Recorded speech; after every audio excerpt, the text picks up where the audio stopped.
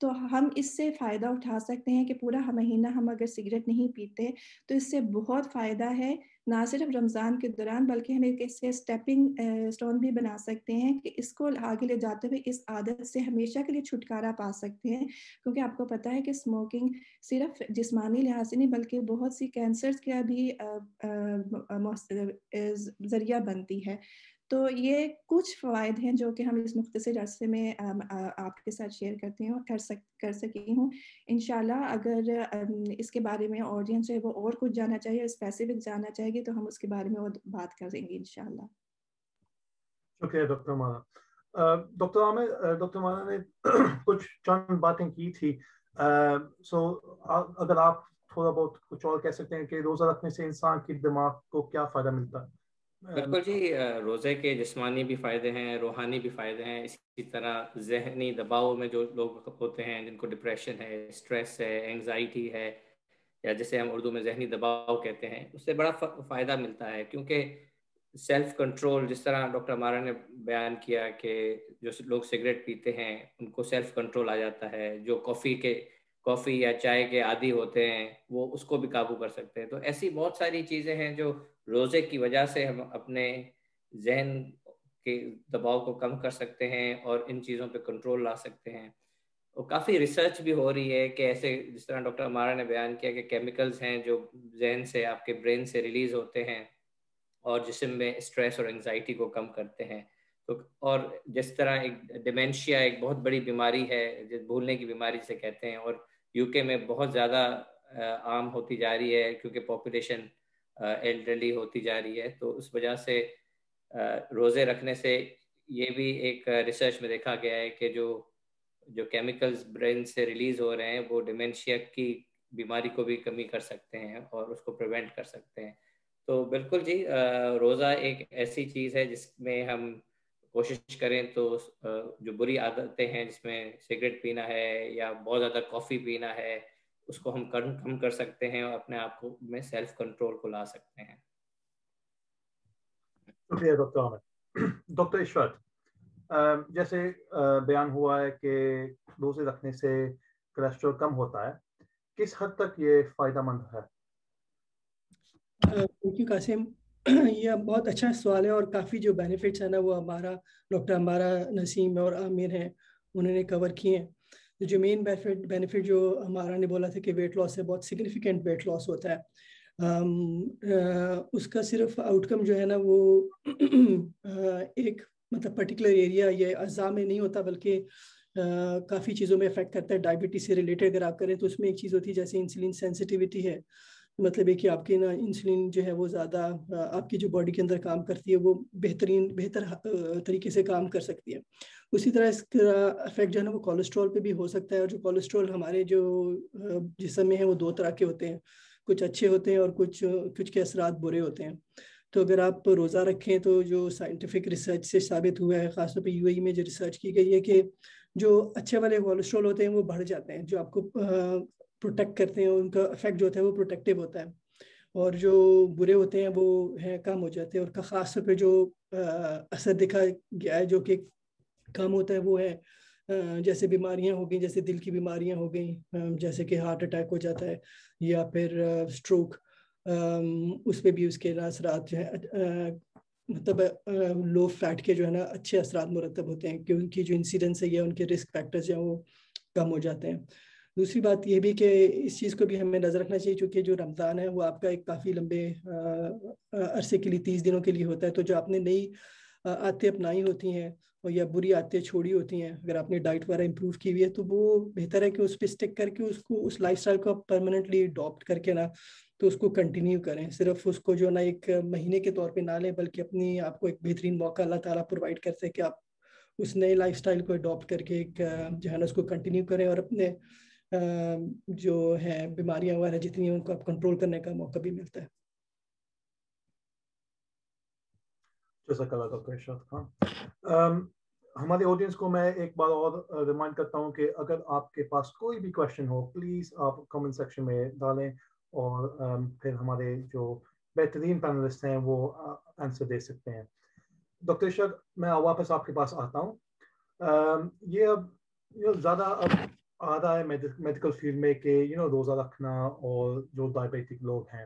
سو آپ ڈائبیٹولوجسٹ ہیں اور آپ لوگوں کو کیا بتائیں گے جو روزہ رکھنا چاہتے ہیں اور جو ڈائبیٹک ہیں؟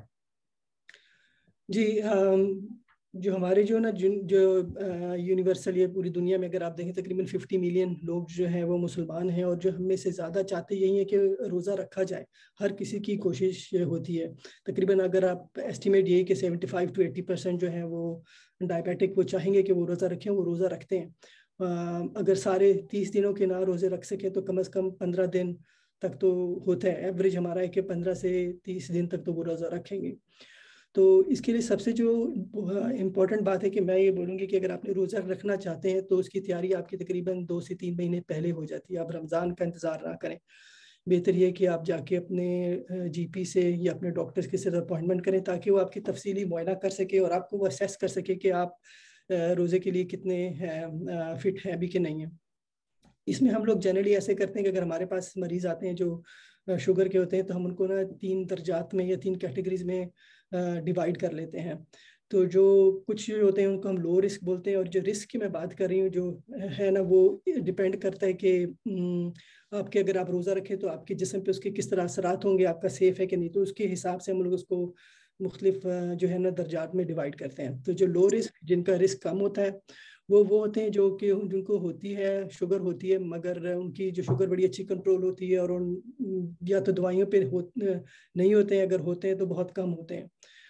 جو اس کے بعد ہے کیٹیگری, جو دوسرے نمبر کی کیٹیگری آتی ہے اس میں جو ہے شوگر کے پیشنٹ ہو گئے ہیں اور ان کے جو ہے مگر کنٹرول اتنا اچھا نہیں ہے, مگر باقی جو چیزیں ٹھیک ہے. دوسرے اعضاء جیسے گردے وغیرہ جو ہے نا وہ اتنے افیکٹ نہیں ہوئے ہیں. اس کے بعد جو ایک تیسری کیٹیگری آتی ہے جو کہ اس میں جو شوگر والے مریض ہیں مگر ان کے ساتھ ان کی جو ہے یا تو وہ انسولین لیتے ہیں دن میں 2 دفعہ یا 4 دفعہ ہو گیا, اور اس کے علاوہ ان کے جو دوسرے اعضاء ہیں وہ بھی انوالو ہیں جیسے گردے وغیرہ ہو گئے یا دل کی بیماری ساتھ لگی ہوئی ہوتی ہے.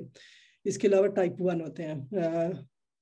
ٹائپ 1 ٹائپ 2 میں ڈفرینس یہ ہوتا ہے کہ جو ٹائپ 2 والے ہوتے ہیں مینلی جو ہیں وہ شروع میں دوائیوں میں ہوتے ہیں پھر انسولین میں جاتے ہیں, اور ٹائپ 1 جو ہوتے ہیں جو کہ جن کو جوانی میں ہی شوگر ہو جاتی ہے اور وہ سیدھے انسولین میں جاتے ہیں. تو اگر ان 3 کیٹیگریز میں تینوں کیٹیگری کے جو مریض ہیں ان کو میں اسٹرکٹلی ایڈوائز ہی کروں گی کہ اپنی اپوائنٹمنٹ بنائیں. تینوں کی اسیسمنٹ ہونی چاہیے, اور اس کے بعد ہم لوگ اس کیٹیگری کے بیس پہ ہم آپ کو بتائیں گے کہ آپ روزہ رکھ سکتے ہیں کہ نہیں. جو نمبر 3 جو 3rd کیٹیگری والے ہیں ان کو تو روزہ نہیں رکھنا چاہیے, ان کو منع ہے. جو 2 اور جو پہلے اور دوسرے نمبر والے ہیں اس کو اپنے اسپیشل پلان بنانے پڑتے ہیں. تو جو جی پی ہے یا آپ کے اپنے ڈاکٹر ہے اگر آپ اسپتال میں ان کو دیکھتے ہیں تو آپ کو اسپیشل پلان بنا کے دیں گے آپ کی ڈائبٹیز سے ریلیٹڈ. اور اگر آپ دوائیوں پہ تو آپ کی دوائیوں کو ایڈجسٹ بھی کرنا پڑے گا. جو اگر آپ دوائیاں 3 دفعہ لے رہے ہیں ایک دن میں تو اس کو چینج کر کے آپ کو 2 دفعہ کرنا پڑے گا, یہ جس طرح آپ کا کنٹرول ہے اس کے مطابق. اگر انسولین ہے تو انسولین بھی چینج کرنی پڑے گا, ضروری نہیں کہ وہی جو آپ استعمال کر رہے ہیں وہی لگائی جائے. تو اس میں یہ کہ بے شک روزہ رکھیں تو ٹھیک ہے, مجھے پتا ہے کہ دین اور دنیا ہم لوگ ساتھ چلانا چاہتے ہیں, مگر اس چیز میں یہ چیز کو نہیں بھولنا چاہیے کہ آپ کی صحت سب سے زیادہ امپورٹنٹ ہے. اور اگر جو آپ کے جو کیٹیگری میں جس میں آپ میں فٹ ہوتے ہیں اور جس طرح آپ کی ایڈوائز ہو خاص طور پہ کیٹیگری 3 والے تو وہ روزے نہ رکھیں, اور اس کا جو اللہ تعالیٰ نے آلٹرنیٹیو دیا ہوا ہے اس کو اڈاپٹ کریں. جو آپ نے بینیفٹ دیا دینا ہے جو بھی کرنا ہوتا ہے وہ اس کے ساتھ اس کا نا چیریٹی میں جیسے کرنا ہوتا ہے وہ کیا جائے. تو بس یہ ہے. شکریہ ڈاکٹر ارشاد. ابھی میں ویلکم کرنا چاہتا ہوں ہمارے امام صاحب عظمت اللہ نجمی صاحب کو. امام صاحب آپ اب تھوڑا سا انٹروڈکشن کریں پلیز. السلام علیکم ورحمۃ اللہ وبرکاتہ. سوری میں تھوڑا سا لیٹ ہو گیا, عصر کی نماز پڑھنی تھی تو 6:30 عصر کی نماز تھی. الحمدللہ میں یہاں امام ہوں تقریباً 3 سال سے, جامع مسجد جو بڑی جامع مسجد ہے پل میں, تو یہاں 3 سال سے میں امامت کے فرائض انجام دے رہا ہوں الحمدللہ. اور میں بیسکلی اوریجنلی میں ممبئی انڈیا سے ہوں. میری ساری پڑھائی گریجویشن اسلامک تعلیمات جو ہے اور دیگر تعلیمات ساری وہیں سے ہوئی ہیں, ممبئی کی سرزمین سے جو ہندوستان کا ایک بہت ہی خوبصورت شہر ہے ماشاء اللہ الحمدللہ. اینی تھنگ ایلس قاسم بھائی؟ جی الحمدللہ. شکریہ. امام صاحب آپ سے کوشچن پوچھتا ہوں پھر. جی بالکل. ہم مسلمانوں کو پتا ہے کہ روزے ہم پر فرض ہے.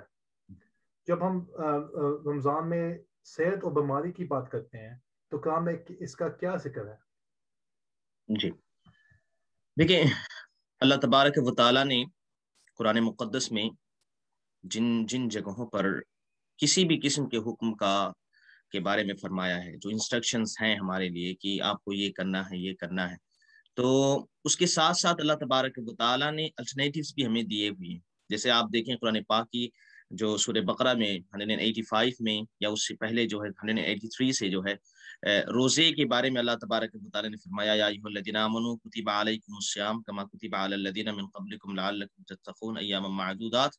And after that all کہ اللہ تبارک و تعالیٰ نے فرمایا روزے فرض کیے گئے جیسے پہلوں پہ فرض کیے گئے تھے، لیکن اس کے بعد اللہ نے فرمایا فمن کان منکم مریضا او علی سفر فعدۃ من ایام اخر، کہ اللہ تبارک و تعالیٰ نے ظاہر سی بات ہے اتنے لمبے وقت کے لیے بھوکے پیاسے رہنا، یہ ساری چیزیں رہنا، یہ ایک قسم کا جو ہے ایک قسم کی مشقت ہے، تھوڑی بہت پریشانیاں ہوتی ہیں. تو اللہ تبارک و تعالیٰ نے فرمایا کہ جو ٹریولرز ہیں، جن کو ٹریول کرنا ہے یا جن کی صحت ٹھیک نہیں ہے.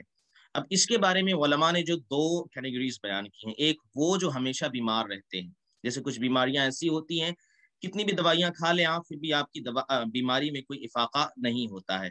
ایک وہ کہ جیسے رمضان شریف میں کوئی بیماری ہو گئی، جیسے کسی بھی قسم کی کوئی بیماری ہو گئی، تو اب ان کے لیے الگ مسائل ہیں. ایک وہ بندہ جو کبھی شفا یاب نہیں ہو سکتا ہے، اس کی صحت ٹھیک بالکل بھی نہیں ہو سکتی ہے، اور یہ ڈاکٹرز نے ایکسپرٹس نے اسے بتا دیا ہے، تو اب شریعت اس کے بارے میں حکم یہ دیتی ہے کہ اس پر روزے قضا کرنا یہ فرض، یہ واجب نہیں ہے. اللہ تبارک و تعالیٰ کی جانب سے جو ہے اس کے لیے تھوڑی سی رعایت ہے، رخصت ہے، اتنی فلیکسیبلٹی، کیونکہ دین کے بارے میں کہا جاتا ہے، جہاں دین کا انٹروڈکشن ہوتا ہے کہا جاتا ہے الدین یسر، دین میں بہت زیادہ آسانیاں ہیں، فلیکسیبلٹیز ہیں ہر اعتبار سے. آپ کے پاس آپ نماز کھڑے ہو کر کے نہیں پڑھ سکتے ہیں تو آپ چیئر کے ذریعے سے پڑھ لیں، اس کے ذریعے سے بھی نہیں پڑھ سکتے ہیں تو آتے آتے یہاں تک سچویشن آتی ہے کہ آپ اشاروں کے ذریعے سے اگر نماز پڑھ سکتے ہیں تو اس کے ذریعے سے بھی پڑھ سکتے ہیں. تو اب بیماری کے بارے میں حکم یہ ہے کہ وہ لوگ 2 جیسے کی کیٹیگریز ہیں، اس کے اگر شفا یاب نہیں ہو سکتے ہیں تو ان کے لیے حکم یہ ہے کہ وہ فدیہ عطا کریں. اللہ تبارک و تعالیٰ نے قرآن مقدس میں ارشاد فرمایا وعلی الذین یطیقونہ فدیۃ طعام مسکین فمن تطوع خیرا فهو خیر له وان تصوموا خیر لکم ان کنتم تعلمون. تو اب فدیے کے بارے میں حکم یہ ہے کہ ہر دن کے بدلے میں ایک مسکین فقیر کو جو ہے 2 ٹائم کے کھانے کا، جو بھی جیسے یہاں کے حساب سے تقریباً 5 پاؤنڈ ہوتے ہیں، 5 پاؤنڈ پر میل تقریباً ہوتا ہے، رفلی یہی ہوتا ہے. جہاں کے اعتبار سے جس کو دینا ہے وہاں کا اعتبار کیا جائے گا، اگر بندہ یہاں کا ہے تو اس کے لیے یہاں کا. لیکن اگر دوسری کیٹیگری ہے کہ مطلب رمضان شریف میں صرف انہیں بیماری ہو گئی اور رمضان شریف کے بعد ان کی بیماری پھر ٹھیک ہو گئی، وہ تو اب ان کے اوپر حکم یہ ہے، فدیہ دینے کے ساتھ ساتھ ان کے اوپر حکم یہ ہے کہ وہ قضا بھی کریں. جیسے ابھی سمر کا وقت ہے تو تھوڑے سے ڈیفیکلٹ ہیں روزے رکھنے، لیکن ونٹر میں تھوڑا سا ایزی ہو جاتے ہیں، تو اس میں وہ ہر روزے کے بدلے ایک روزے کی قضا کرے گا. تو دین آسانی کا نام ہے، اور اللہ تبارک و تعالیٰ نے اپنا ایک خاص صفت بیان فرمایا کہ الرحیم، اللہ تبارک و تعالیٰ رحمان الرحیم ہے. تو اللہ تبارک و تعالیٰ اپنے بندوں کو کسی بھی اعتبار سے مشقت یا پریشانی میں نہیں ڈالنا چاہتا ہے.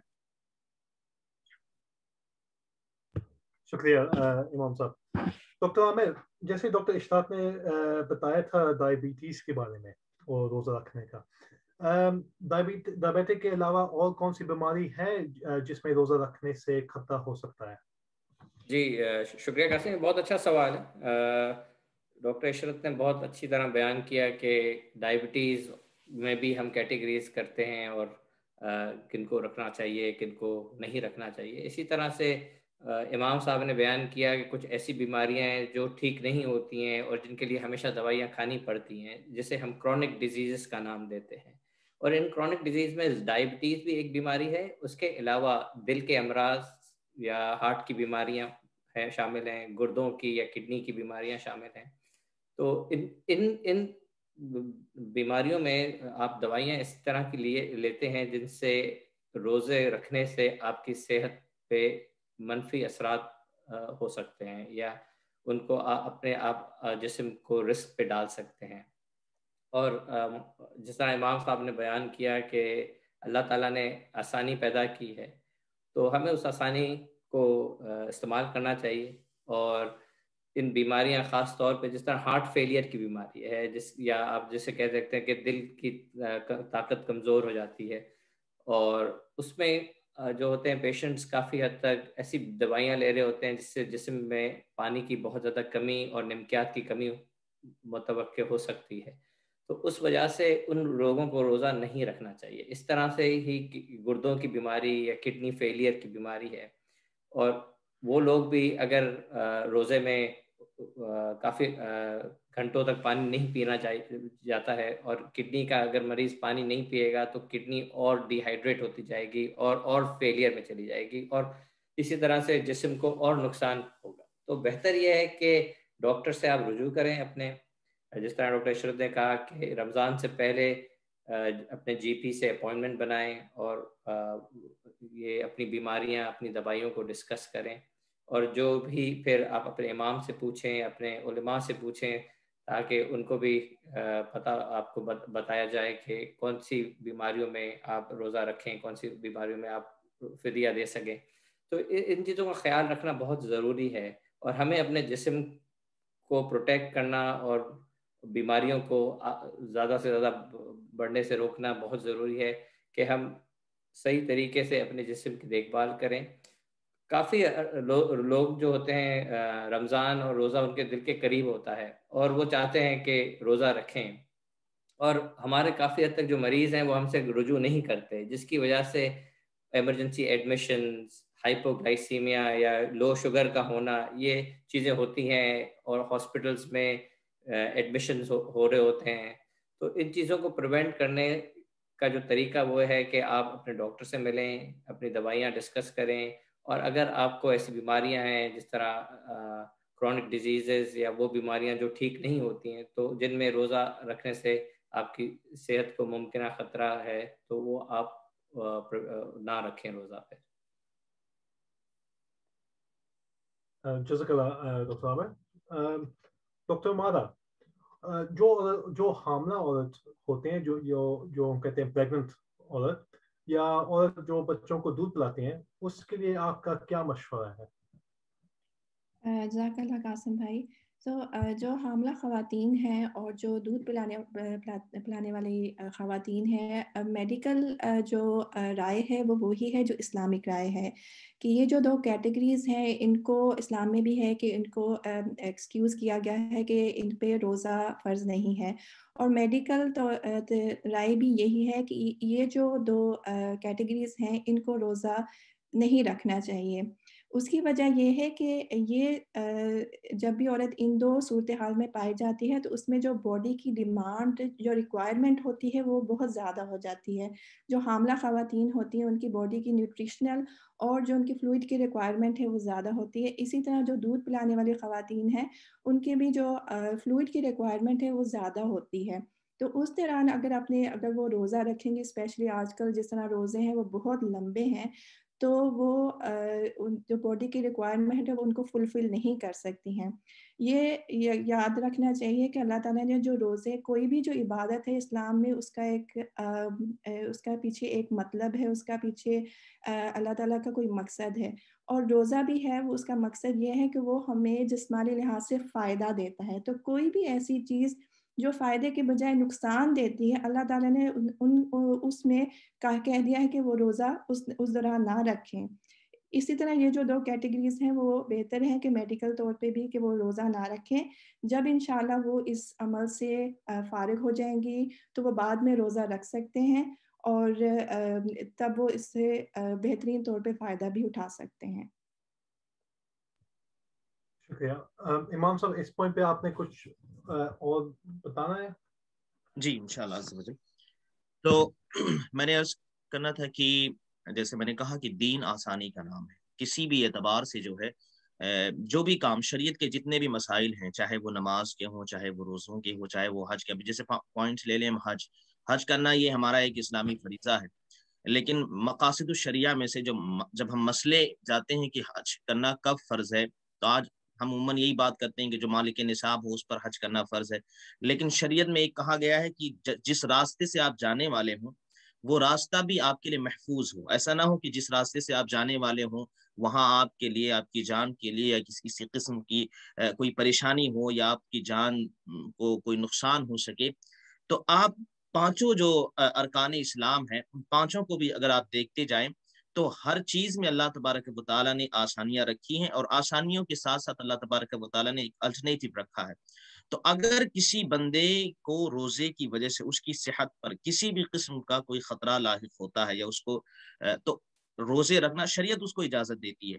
شریعت دونوں صورتوں میں اس کو اجازت دیتی ہے. ایک وہ جو بندہ مکمل شفایاب، جیسے وہ بیماری ہے جو کبھی صحیح نہیں ہونے والی ہے، تو اس کے لیے حکم یہاں تک ہے کہ اس پہ روزوں کی قضا بھی نہیں ہے. اس کے اوپر صرف حکم یہ ہے کہ اسے فدیہ ادا کر دینا ہے، جو مطلب 2 ٹائم کا کھانا ایک مسکین کو ہر روزے کے بدلے میں اس کو دینا ہے. اور ایک وہ بندہ جو صرف رمضان میں بیمار ہوا یا ایسی بیماری ہے جو آفٹر رمضان یا بیچ میں سال کے اندر اندر کبھی اس کو شفا مل جاتی ہے، کیور ہو گیا اور وہ اچھا فیل کر رہا ہے، تو اب اس کے لیے حکم یہ ہے کہ وہ ان روزوں کی قضا کر لے. تو اگر کوئی بندہ رمضان شریف میں روزے رکھتا ہے تو شریعت اس کو یہ بھی نہیں کہتی کہ آپ کے اوپر نہیں ہے، وہ اس کا اپنا جو ہے ذاتی فیصلہ، پرسنل چوائس ہے اس کی. بٹ شریعت یہ کہتی ہے کہ آپ کو اپنی جان، اپنی صحت کی حفاظت کرنا اور اپنے آپ کی حفاظت کرنا یہ من اہم مقاصد الشریعہ کی. شریعت میں 5 چیزیں ایسی ہیں جس کی حفاظت لازمی ہے، یعنی آپ کو ہر حال میں کرنا ہے، اور انہی میں سے ایک چیز ہے آپ کی اپنی جان کی حفاظت. کوئی ایسا کام، کوئی ایسا عمل جو آپ کی جان کو بن جائے، شریعت کہتی ہے کہ ایسا کرنا یہ جائز نہیں ہے. شکریہ امام صاحب. امام صاحب آپ کو پتا ہے کہ جو دوائیں ہیں وہ اس کے استعمال کرنے کے کافی ڈفرینٹ راستے ہیں. آپ منہ میں ڈال سکتے ہیں، ناک میں ڈال سکتے ہیں، آنکھ میں، کان میں، اور کافی کنفیوژن ہو جاتی ہے کہ روزے میں کس رستے سے وہ دوائی پہ حرام ہو جاتی ہے یا اس رستے سے حلال ہو جاتی ہے. اس پہ آپ کوئی انفارمیشن دے سکتے ہیں؟ جی، یہ بہت اہم سوال ہے قاسم بھائی. شریعت میں مطلب جو حدیث پاک ہے، اب اس کے بارے میں علماء کے 2 گروپس ہیں، اور جب کہا جاتا ہے کہ علماء کے 2 گروپس ہوتے ہیں تو یہ بلکہ لوگوں کے لیے فائدہ مند ہوتا ہے کہ ان میں سے کوئی ایک بھی چوز کر رہا ہے بندہ تو گویا کہ علماء اسکالرس کی باتوں پر ہی عمل کرتا ہے. ایک جو اس طرف ہے کہ جیسے حدیث پاک میں ہے کہ ناک، آنکھ، کان اور منہ کے ذریعے سے اگر کوئی چیز جیسے کوئی غذا یا کوئی دوا یا کوئی بھی ایسی چیز جائے جس کے ذریعے سے ہمیں کچھ فائدہ، اسٹرینتھ حاصل ہو، تو علماء نے بیان فرمایا کہ یہ روزے کو توڑ دے گا. لیکن اس کے ساتھ ساتھ اگر جیسے انجیکشن ہے، تو اب انجیکشن جو ہے ناک یا کان یا آنکھ کے ذریعے سے عموماً نہیں لیا جاتا ہے، وہ کہیں شولڈر پہ لگاتے ہیں یا کسی اور جگہ پہ لگاتے ہیں. اس کے بارے میں علماء نے یہ بیان فرمایا ہے کہ کچھ لوگوں نے یہ کہا ہے کہ چونکہ اس سے باڈی کو تقویت حاصل ہوتی ہے، اسٹرینتھ حاصل ہوتا ہے، اس وجہ سے روزہ ٹوٹ جائے گا. کچھ علماء نے بیان فرمایا نہیں، روزہ اس سے نہیں ٹوٹتا ہے. تو آج کل کی جو سچویشن ہے اور آج کل جو زیادہ تر علماء کرام جس طرف گئے ہیں وہ یہ کہ آنکھ، ناک، کان ان کو چھوڑ کر اور منہ ان کو چھوڑ کر کے اگر کسی اور ذریعے سے جو ہے کوئی میڈیسن ڈالی جائے یا ایسی کوئی چیز ہو تو اس سے جو ہے روزہ نہیں ٹوٹتا ہے. بٹ اگر آنکھ، ناک یا کان کے ذریعے سے جیسے انہیلرز وغیرہ ہیں تو اس کے بارے میں علماء نے بیان فرمایا ہے کہ اس سے روزہ ٹوٹ جاتا ہے. ایسے شخص کے لیے بہتر یہ ہے کہ وہ جب مطلب اگر اس شفایابی نہیں ہے تو اس کے لیے پھر قضا بھی نہیں ہے، اس کو فدیہ ادا کرنا ہے، اور اگر جب بعد میں اس کی طبیعت اچھی فیل ہونے لگی تو پھر اس کے اوپر حکم یہ ہے کہ بعد میں وہ روزے رکھے. شکریہ. ہمیں جی میں بس تھوڑا سا ایڈ کرنا چاہتا ہوں. امام صاحب نے بڑی اچھی بات یاد دلا دی. جو ایسٹمیٹکس ہوتے ہیں ان میں بھی 2 قسم کے ایسٹمیٹکس ہوتے ہیں جو بہت اچھی طرح کنٹرول میں چل رہے ہوتے ہیں اور انہیلرز کی ان کو اتنی ضرورت نہیں پڑتی اور دن میں 1 یا 2 دفعہ انہیلر یوز کرتے ہیں، تو ان میں وہ لو رسک ہوتے ہیں اور وہ روزہ رکھ سکتے ہیں. مگر کبھی کبھار جو ایسٹمیٹکس ہیں ان کو دن میں 3-4 دفعہ انہیلر کا استعمال کرنا پڑتا ہے، تو ان کے لیے میڈیکلی یہ ایڈوائزبل ہے کہ وہ روزہ نہ رکھیں. اور اگر جو لو رسک ہیں اور وہ اگر روزہ رکھ بھی لیتے ہیں اور ان کا استھما کسی وجہ سے خراب ہو جاتا ہے دن روزے کے درمیان، تو وہ اپنا انہیلر استعمال کریں. اور پھر امام صاحب اس پہ بیان کریں تھوڑا سا کہ اگر وہ انہیلر استعمال کرتے ہیں تو اس میں کیا اجازت ہے اور پھر روزہ توڑنے کی. جی ڈاکٹر صاحب، میں نے اس سے پہلے بھی عرض کیا کہ انہیلر کے بارے میں ابھی جو علماء نے کہا کہ انہیلر کو منہ کے ذریعے سے جو ہے اندر مطلب جو بھی انہیل کیا جاتا ہے، جو بھی گیس ہوتی ہے اس طرح، اس کے بارے میں بھی 2 گروہ ہیں علماء کے. ایک نے کہا چونکہ یہ فوڈ یا ایسی کوئی چیز نہیں ہوتی ہے اس وجہ سے اس کی اجازت ہے. کچھ لوگوں نے کہا کہ چونکہ اس سے باڈی کو اسٹرینتھ حاصل ہوتی ہے اس وجہ سے اس کی اجازت نہیں ہے. تو اس کے بارے میں علماء کے دو گروہ ہیں. بہتر یہ ہے کہ اگر اسے ایسا فیل ہو رہا ہے تو انہیلرز نہ یوز کرے, تاکہ اگر روزے رکھنا چاہتا ہے تو ٹھیک سے ہو سکے. اس کے لیے ایک دوسری اجازت الٹرنیٹو یہ ہے کہ اگر کوئی بندہ ایسا ہے کہ ہر دن روزے نہیں رکھ سکتا ہے تو وہ گیپ کر کے بھی روزے رکھ سکتا ہے. لائک آج کا روزہ اس نے رکھا, پھر اس کو اچھا نہیں فیل ہو رہا ہے تو کل کا روزہ وہ چھوڑ دے, پرسوں کا روزہ رکھ لے. اب یہ کل کا بیچ کا جو روزہ چھوٹ گیا اس کا وہ رمضان کے بعد اس کی قضا کر سکتا ہے. تو اب انہیلر کے بارے میں دو اس طرح کے جو ہے علماء کے آپس کے مطلب مسائل ہیں. کچھ لوگوں نے کہا ہے کہ بھائی چونکہ وہ فوڈ نہیں ہے, ایک قسم کی گیس ہے, گیس کی جانے سے جو ہے روزہ نہیں ٹوٹتا ہے. کچھ نے کہا چونکہ اس سے باڈی کو تقویت حاصل ہوتی ہے, اور حدیث پاک میں ہے کہ منہ, آنکھ, ناک, کان کے ذریعے سے کوئی ایسی چیز جائے تو روزہ اس سے جو ہے بریک ہو جاتا ہے. ایک کوشچن آیا ہے فیس بک لائیو پہ, اور میں ابھی کر دیتا ہوں کیونکہ اگر کافی کوشچن آئے پھر کچھ مس ہو جائیں گے, اور کیونکہ ہم نے آلریڈی ٹچ کیا ہے اس ٹاپک کے اوپر پر. سو کوشچن آیا ہے کہ اگر ہمیں یاد نہیں کہ ہم نے کتنے روزے مس کیے ہیں تو قضا روزہ کتنے رکھنے چاہیے. اور مجھے لگتا ہے جو اس نے کوشچن پوچھا اس لیے سچویشن آ جاتی ہے کہ شاید کوئی عورت نے وہ پریگننٹ ہوگی, پھر بریسٹ فیڈنگ, پھر شاید ایک اور بچہ آ گیا, اور پھر کبھی کبھی 1 2 3 سال روزوں کے مس ہو جاتے ہیں نا. سو اگر ان کو صحیح طرح سے یاد نہیں ہے کہ میں نے کتنے روزے مس کیے ہیں, پھر وہ کیا کریں؟ اب اس کے بارے میں حکم یہ ہے کہ اپنا دل جما لیں. دل جمانے کا مطلب یہ ہوتا ہے کہ آپ کو اسٹرانگ بلیف ہونا چاہیے کہ مطلب جس کسی نے اگر سوچ لیا چلو 20 ڈیز ہیں, اب شور نہیں ہے کہ ریئلی 20 ڈیز ہیں یا 25 ہیں یا 15 ہیں یا 18 ہیں, تو کہتے ہیں کہ اب اس صورت میں جو ہے آپ کے دل کا جس طرف زیادہ جانا معلوم ہونا وہی بات آپ کے لیے ٹھیک ہو جائے گی. اگر اس نے یہ کہہ دیا کہ مطلب دل میں یہ کہہ رہا نہیں 20 ڈیز ہی ہیں, تو اگرچہ اس کے 27 ڈیز بھی ہوئے ہوں تو اس نے اپنے دل کی بات سن کر کے اگر 20 ڈیز کے قضا کر لیے ہیں تو اللہ تبارک و تعالیٰ کی بارگاہ میں اس کے یہ روزے مقبول ہو جائیں گے. شکریہ. ہمارے آڈینس پلیز آپ کوشچنز ڈالیں کمنٹ سیکشن میں اور ہم اپنے پینل سے پوچھیں گے. ڈاکٹر اشفاق, جو ہمارے ڈائبیٹک لوگ ہیں انہوں نے جیسے آپ نے کہا ہے کہ کافی ہمارے ڈائبیٹک لوگ روزہ رکھتے ہیں, آپ کیا مشورہ دیں گے کہ ان لوگوں کو جو اپنا روزہ حفاظت کے ساتھ رکھنا چاہتے ہیں؟ Thank you Qasim. جن لوگوں کو ہم لوگوں نے مطلب انہوں نے اپوائنٹمنٹ لے لی ہے اور ہم نے اپنی اسیسمنٹ کروا لی ہے اپنے ڈائبٹولوجسٹ سے یا جی پی سے, اور وہ روزہ رکھنا چاہتے ہیں, تو کچھ ان کو احتیاطات جو ہے کچھ پریکاشنز وہ ان کو لینی پڑیں گی. چونکہ روزے میں یہ ہوتا ہے کہ خاص طور پہ یو کے میں اس کے جو آورز ہیں وہ اتنے لمبے ہیں کہ جو زیادہ جو مین جو ان کو جو رسک ہے وہ یہ کہ ڈی ہائیڈریشن کا, جس میں پانی کی کمی ہے, وہ ہونے کا کافی مطلب چانسز ہوتے ہیں. تو یہ جو ہمیں امپورٹنٹ یہ ہے کہ جب ہم لوگ کے جو نان فاسٹنگ آورز ہیں اس میں حتی الامکان کوشش کرنی چاہیے کہ پانی پہ کم از کم جو نا اپنا جو انٹیک ہے وہ رکھیں, تقریباً 2 سے 2.5 لیٹرز جو پانی اگر پی سکے تو وہ بہتر ہے.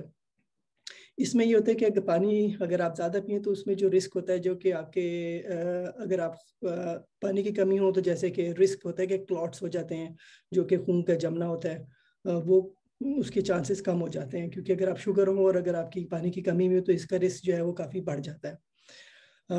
اس کے علاوہ جو دوسری جو امپورٹنٹ چیز میں مینشن کروں گی وہ یہ ہے کہ اپنے وہ شوگر لیول ضرور چیک کریں, کیونکہ جو جنرلی کانسیپٹ ہے یا سوچا جاتا ہے کہ شاید اپنے شوگر لیول چیک کرنے سے جو ہے نا روزہ جو ہے وہ ٹوٹ سکتا ہے, وہ ایسا نہیں ہے. ہم شور امام جو ہے وہ اس چیز کو مطلب کنفرم کریں گے کہ اپنے شوگر لیول ٹیسٹ کرنے سے آپ کے روزے نہیں ٹوٹتے ہیں. تو کم از کم اس کی میں ایڈوائز کروں گی کہ دن میں تقریباً 6 دفعہ تو ٹیسٹ کرنے چاہیے. اس میں مین ٹائم یہ ہو گیا جیسے کہ افطار کے وقت ہو گیا, اور اس کے علاوہ سحور ہو گیا, اور اس کے درمیان کا وقت ہو گیا جیسے 12 بجے کے قریب رات کے, پھر صبح, اور اس کے بعد دوپہر کو, اور اس کے علاوہ روزے کے کھلنے سے پہلے.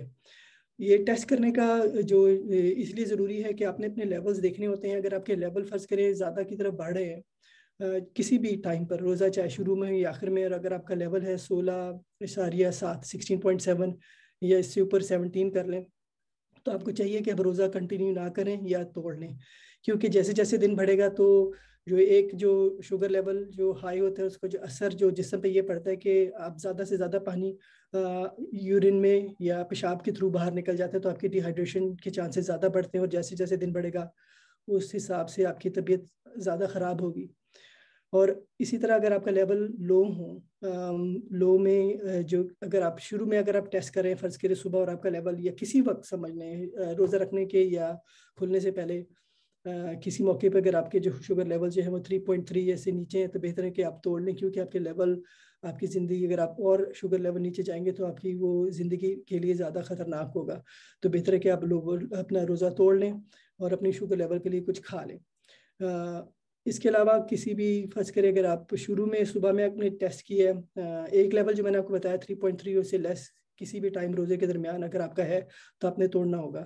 اسی طرح اگر آپ کے شروع میں ہی چند گھنٹے گزرے آپ نے روزہ رکھا ہے اور اگر آپ کے لیول 3.7 یا اس سے نیچے ہیں تو بہتر ہے کہ آپ روزہ توڑ لیں کیونکہ یا کھول لیں، کیونکہ جیسے جیسے وقت گزرے گا آپ کا لیول نیچے ہی ہوگا اگر آپ کھائیں نہ تو بہتر ہے کہ آپ اپنا روزہ کھول لیں اور اس کا پھر قضا ادا کر لیں بعد میں. جو تیسری بات یہ ہے کہ جب آپ ایک تو آپ نے ایڈوائس لے لی ہوگی پہلے ہی اپنے ڈاکٹر سے اور اپنی میڈیکیشن ایڈجسٹ کر لی ہوگی، تو اس کا ضرور خیال رکھیں کہ آپ اس طرح کی دوائیاں لیں، کیونکہ وہ جو آپ کی جو ایڈجسٹمنٹ کی ہوگی نا جو ڈوزز کی یا جو جس قسم کی آپ کو دوائی دی ہوگی وہ آپ کے کنٹرول کے مطابق ہوگی، اور ضروری ہے کہ آپ وہ مینٹین کریں، کیونکہ اسی سے آپ دونوں کمپلیکیشنز یا جو مسائل ہیں یا پیچیدگیاں پیدا ہوتی ہیں یا تو زیادہ شوگر لیول ہونے سے یا کم ہونے سے اس کے مطابق آپ کے ڈاکٹر نے ایڈجسٹ کر کے دی ہوتی ہیں. تو بہتر ہے کہ آپ اس طرح سے لیں، اور اس کے ساتھ ساتھ کھانے کی پرہیز ڈائٹ کو ہے اس کو بھی آپ فالو کریں. اس میں ہم لوگوں کی خاص طور پہ جو ہمارے انڈو پاک سے جو لوگ ہیں وہ زیادہ تر ان کی جو خوراک میں یہ ایسے چیزیں کافی زیادہ ہوتی جو کہ شوگر کو ایک دم سے بڑھا لیتی ہے، جیسے کہ روح افزا ہو گیا یا ایسے کوئی اسکواش وغیرہ ہم لوگ لیتے ہوتے ہیں، اسی طرح سموسے پکوڑے وغیرہ اگر وہ آپ لیں اور آلو، تو یہ چیزیں ایک دم سے آپ جب سے روزہ کھولیں اور اس سے آپ کے شوگر لیول بہت اوپر شوٹ کر سکتے ہیں. اور اس کے بعد آپ پھر جب مین کھانا کھاتے ہیں اور اگر وہ بھی ہیوی کھانا ہو جیسے کہ چاول وغیرہ ہو گئے، یہ روٹی آپ نے بہت زیادہ کھا لی تو آپ کے شوگر لیول کنٹینیوسلی بڑھتے ہی رہیں گے. تو یہ کہ آپ اپنی ڈائٹ بھی چینج کریں اور کوشش کریں کہ ایسی خوراک لیں جس میں کہ آپ کے جو شوگر لیولز ہیں وہ ایک دم سے نہ بڑھے، اور جو اگر آپ کھانا کھائیں گے تو وہ بھی آپ بے شک اگر آپ نے چاول کھانے تو اس کی کوانٹٹی کو اماؤنٹ کو کنٹرول کریں، یا اگر ہو سکے تو اس فرض کریں آپ نے چاول لے لیں تو براؤن چاول کر لیں، اور بینز ہیں یہ لینٹس دالیں وغیرہ اس پہ اگر آپ اپنی خوراک کو زیادہ اس طرف شفٹ کر لیں تو یہ بھی آپ کے کنٹرول کو بہتر کر سکے گا. اس کے علاوہ بس یہ کہ اس کے علاوہ میرے نہیں خیال مطلب جنرلی جو مین ایڈوائس یہی ہے یہ کہ اگر آپ کو لگ رہا ہے کہ آپ کی طبیعت خراب ہے، آپ کو چکر آ رہے ہیں یا دل گھبرا رہا ہے، ضروری نہیں کہ آپ کے شوگر لیول ہی آپ ٹیسٹ کریں اور کچھ لوگوں کو جو شوگر لیول ہے وہ پتہ نہیں چلتا کہ نیچے ڈراپ ہو رہے ہیں.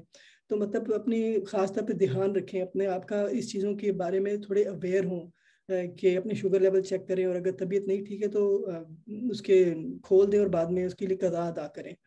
تو مینلی جنرلی جو ہے نا یہ اگر جو میری ایڈوائس ہے کہ آپ ایسا کریں تو انشاءاللہ یہ کہ آپ روزہ سیف طور پہ رکھ سکیں گے.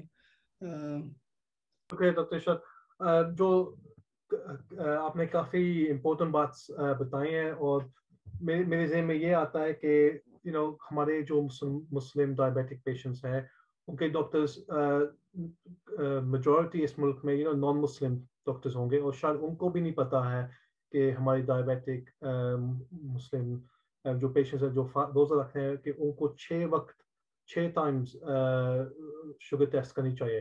سو ہمارا بھی فرض بنتا ہے کہ ان کو یہ ایجوکیشن دیں کہ پھر وہ بھی یہ پرسکرپشنز ہمارے مسلم ڈائبیٹک پیشنٹس کو بھی دیں، کیونکہ یہ بہت امپورٹنٹ بات ہے کہ شاید لوگ ٹیسٹ نہیں کریں، کہ ایک تو نہیں ٹیسٹ کریں کیونکہ ان کو یہ فکر ہے کہ روزہ ٹوٹ جاتا ہے، جس سے یہ تو غلط بات ہے، لیکن دوسرا کہ ان کے پاس اتنے ٹیسٹ اسٹرپس بھی نہ ہو.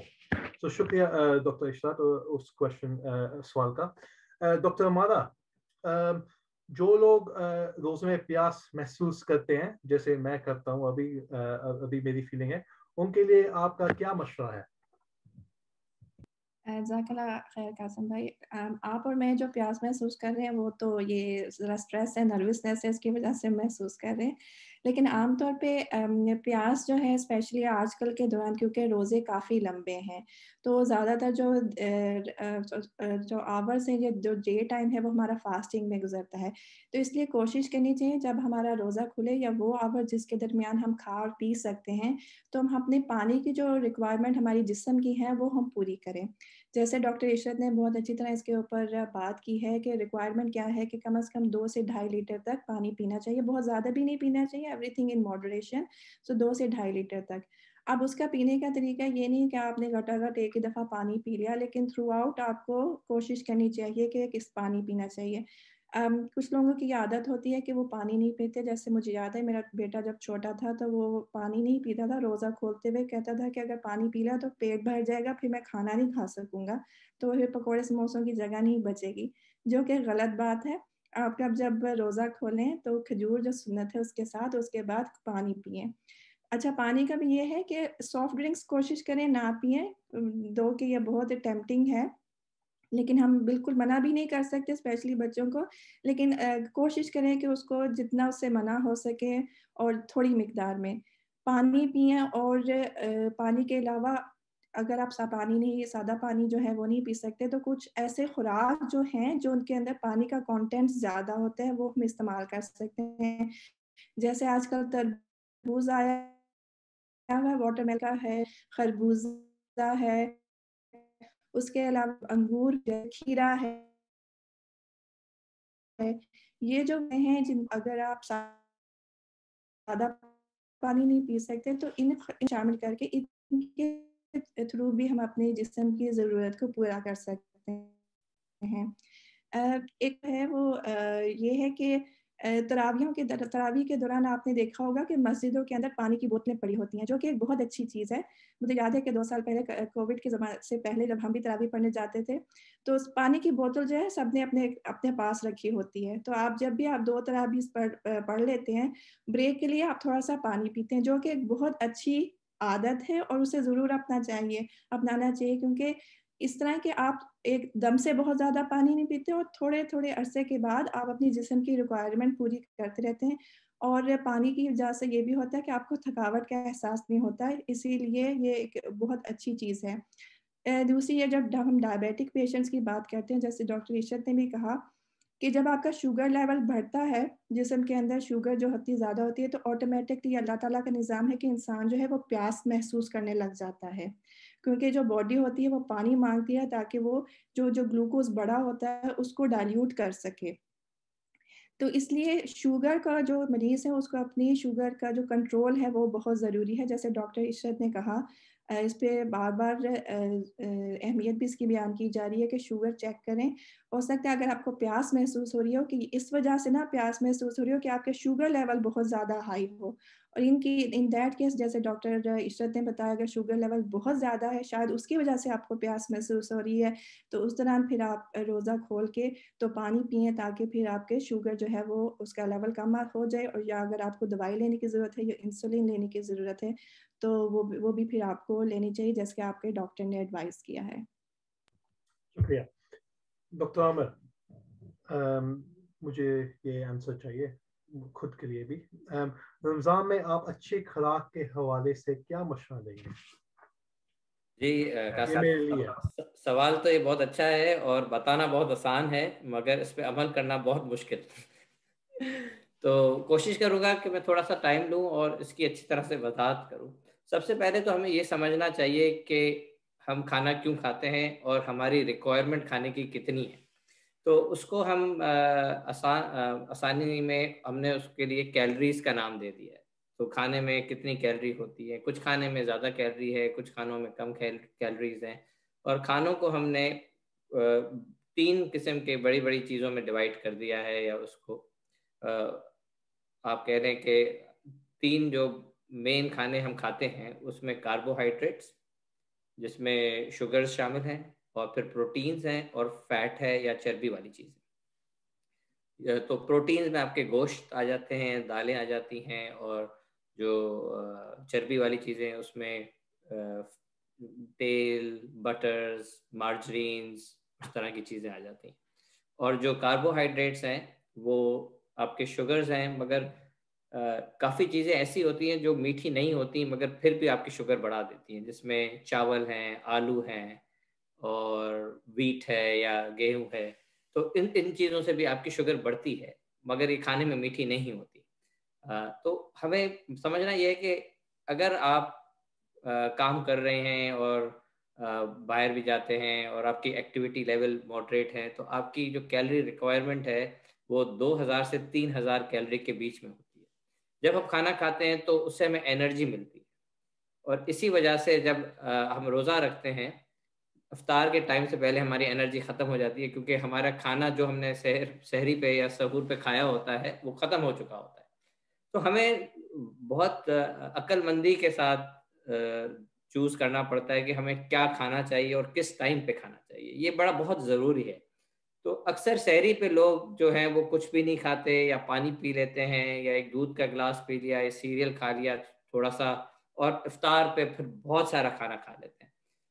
اس وجہ سے ہماری صحت جو ہے وہ ہمیں پھر سارا دن بھوک بھی لگتی رہے گی، پیاس بھی لگتی رہے گی اور ہماری صحت پہ بڑا اس کا منفی اثرات ہوتے ہیں کیونکہ جب ہم ایک ساتھ اتنا سارا کھانا کھاتے ہیں افطار پہ جس میں بہت ہائی کنٹینٹ آف شوگر اور چینی والی چیزیں، مٹھائیاں، جلیبیاں، پکوڑے شامل ہوتے ہیں تو اس سے ایک دم سے باڈی کو ایک شوق سا ملتا ہے اور ایک دم بہت ساری انسولین ریلیز ہوتی ہے اور اس کو باڈی کو سمجھ میں نہیں آ رہا ہوتا کیا. تو اس وجہ سے پھر وہ باڈی کے جو شوگر لیولز ہیں اپ اینڈ ڈاؤن رہتے ہیں جس کی وجہ سے زیادہ نقصان ہوتا ہے باڈی کو. تو اس کو ہم اس طرح سے اگر ڈیوائڈ کریں کہ ہم سحری پہ ایسی چیزیں کھائیں جو کہ ہمارے جسم میں زیادہ دیر تک انرجی یا گلوکوز کی فراہمی کرتی رہیں وہ بہتر ہے. جس میں چاول بھی آپ اگر سحری پہ تھوڑی مقدار میں چاول کھا لیں یا پاستا کھا لیں تو یہ تھوڑے سے چینی کے مقابلے میں لو گلائسیمک انڈیکس ہے. یا لو گلائسیمک انڈیکس کا مطلب ہے کہ جب یہ ہم کھانا کھاتے ہیں تو یہ بہت تیزی سے شوگر جو ہے ہماری بلڈ میں نہیں جاتی. تو اس کے لیے ضروری ہے کہ جو کھانے ہیں ہم چوز کریں صحیح طریقے سے. اور پھر افطار پہ اکثر لوگ جو ہیں وہ دعوتیں کر رہے ہوتے ہیں جس میں پکوڑے، سموسے، یہ سب چیزیں جو ہوتی ہیں فرائی کی ہوتی ہیں، ان میں آئل کی کنٹینٹ یا فیٹ کی کنٹینٹ بہت زیادہ ہوتی ہے اور مٹھائیاں ہو گئیں یا کافی جو ہیں وہ ملک بیسڈ یا اسے کہہ لیں کہ میٹھے جو بنتے ہیں ہمارے گھروں میں ان میں چینی کی مقدار بہت زیادہ ہوتی ہے. تو ان کو ہمیں اوائڈ کرنا چاہیے. شربت ہو گئے، شربتوں میں جو ہے وہ شوگر کنٹینٹ بہت زیادہ ہوتی ہے. تو ہمیں کوشش کرنی چاہیے کہ ایک میانہ روی اختیار کریں، کھانے میں بیلنس کریں اپنے کھانے کو، پورشن سائزز کو کنٹرول کریں. کھانے میں کاربوہائیڈریٹ بھی شامل ہونے چاہیے، پروٹین بھی شامل ہونے چاہیے، فیٹ کی کنٹینٹ بھی ہونی چاہیے. ویجیٹیبلز، سیلیڈز جس طرح کیوکمبر یا کھیرا ہوتا ہے اس سے اگر آپ کھائیں تو پیاس کم لگتی ہے. یوگرٹ کا استعمال کرنا چاہیے تاکہ پیٹ میں تیزابیت وغیرہ نہ ہو. تو اگر آپ اپنے کھانوں کو صحیح طریقے سے چوز کریں گے تو انشاءاللہ آپ کا روزہ بھی اچھا گزرے گا. اور اس کے جو کامن چیزیں ہم ایز اے ڈاکٹر میں دیکھتا ہوں لوگ رمضان میں آتے ہیں وہ قبض کی شکایت یا کانسٹیپیشن کی شکایت لے کے آتے ہیں کیونکہ ہمارے کھانے میں فائبر کی کمی ہو جاتی ہے. آپ جو ہوتے ہیں سارے ایسے کھانے کھا رہے ہوتے ہیں جس میں فائبر نہیں ہوتا. تو ہمیں کوشش کرنی چاہیے کہ ہمارے کھانے میں فائبر ہونا چاہیے جس میں فروٹس ہیں، ویجیٹیبل، سیلڈس شامل ہونے چاہیے یا ویٹا بکس کھا لیا یا ایسے سیریلس کھائیں جس میں بران شامل ہے. اور دوسری شکایت اکثر سامنے آتی ہے انڈائجیشن کی یا پیٹ میں تیزابیت کی یا گیس کی. تو اس کی وجہ بھی یہی ہے کہ ہم مرچوں والی چیزیں یا تلی ہوئی چیزوں کو اوائڈ کریں اور نہ کھائیں. یہ بڑا مشکل مرحلہ ہے سب کے لیے پکوڑوں کو افطار پہ اوائڈ کرنا. تو کوشش ہمیں یہ کرنی چاہیے کہ ہم تھوڑی مقدار، اگر ہم ایسی چیزیں کھانا بھی چاہتے ہیں تو تھوڑی مقدار میں کھائیں. ایسے نہ کھائیں کہ کل ملے گا ہی نہیں. تو کوشش کرنی چاہیے کہ تھوڑی مقدار میں ہر چیز کو انجوائے کریں کھانے کو اور روزے کا احترام کیا جائے اس طرح سے. تو یہ بس تھوڑی سی خیال کریں. اور کافی انفارمیشن جو ہے وہ ڈائبٹیز UK کی ویب سائٹ پہ بھی موجود ہے. کافی ریسیپیز بھی موجود ہوتی ہیں ہمارے پیشنٹس کے لیے. تو میں ان کو اکثر سائن پوسٹ کرتا ہوں کہ آپ ویب سائٹ پہ جائیں، دیکھیں کہ کیا چیزیں کھانی چاہیے. کھجوریں بہت کھائی جاتی ہیں. کھجوریں بہت ہائی کنٹینٹ